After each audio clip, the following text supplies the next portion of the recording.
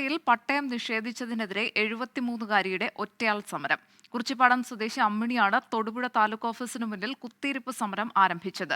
സർക്കാർ ഉദ്യോഗസ്ഥർ സ്ഥലം തട്ടിയെടുത്തെന്നും അമ്മിണി ആരോപിച്ചു. 40 വർഷമായി ഇക്കാണുന്ന ഭൂമിയിലാണ് അമ്മണിയുടെ താമസം. ആദ്യം 10 സെന്റ് ഉണ്ടായിരുന്നു. ഇപ്പോൾ ഇത് 4 സെന്റിലേക്ക് ചുരുങ്ങി. ബാക്കി സ്ഥലം അയൽപക്കത്തുള്ള സർക്കാർ ഉദ്യോഗസ്ഥർ കയ്യേറിയെന്ന അമ്മിണി. 52 സെന്റ് തരിച്ചുള്ളതാണ്.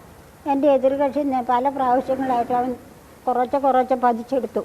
അപ്പോൾ എനിക്ക് പതിച്ചു തരാൻ പറഞ്ഞ് ഞാൻ അപേക്ഷ വില്ലേജിലും കൊടുത്ത് താലൂക്കിലും കൊടുത്ത ഇതുവരെ എനിക്ക് അപേക്ഷയിൽ ഒരു തീരുമാനമായിട്ടില്ല. ഗവൺമെൻറ് ഉദ്യോഗസ്ഥരേ ഉള്ളൂ. നാരായണ സർവേറായിരുന്നു, ഷീനു സർവേർ, ഷിബു സർവേർ, ഷീനു പോലീസുകാരൻ. എനിക്ക് ആരുമില്ല, ഏക ദൈവം മാത്രം. പരാതിക്ക് പിന്നാലെ തഹസിൽദാർ സ്ഥലം സന്ദർശിച്ചു. ആരെങ്കിലും ഭൂമി കയ്യേറിയിട്ടുണ്ടെങ്കിൽ അവർക്കെതിരെ കർശന നടപടി സ്വീകരിക്കുമെന്നും വ്യക്തമാക്കി.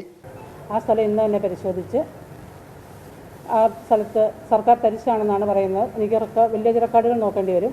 കക്ഷിക്ക് എത്ര സ്ഥലം കൈവശമുണ്ട് ഇപ്പോഴെന്ന് പരിശോധിച്ച് താലൂക്ക് സർവേറും ഡെപ്യൂട്ടി തഹസിൽദാർമാരും ഞാനും കൂടി ഇന്ന് സ്ഥലപരിശോധന നടത്തുന്നതായിരിക്കും. അതിനുശേഷം എത്രയും വേഗത്തിൽ, അതായത് കൈവശ സ്ഥലം ഉണ്ടെങ്കിൽ ആ സ്ഥലം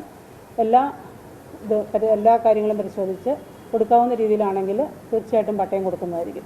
പട്ടയം ലഭിക്കാതെ സമരത്തിൽ നിന്ന് പിന്നോട്ടില്ലെന്ന നിലപാടിലാണ് അമ്മിണി. 24 ഇടുക്കി.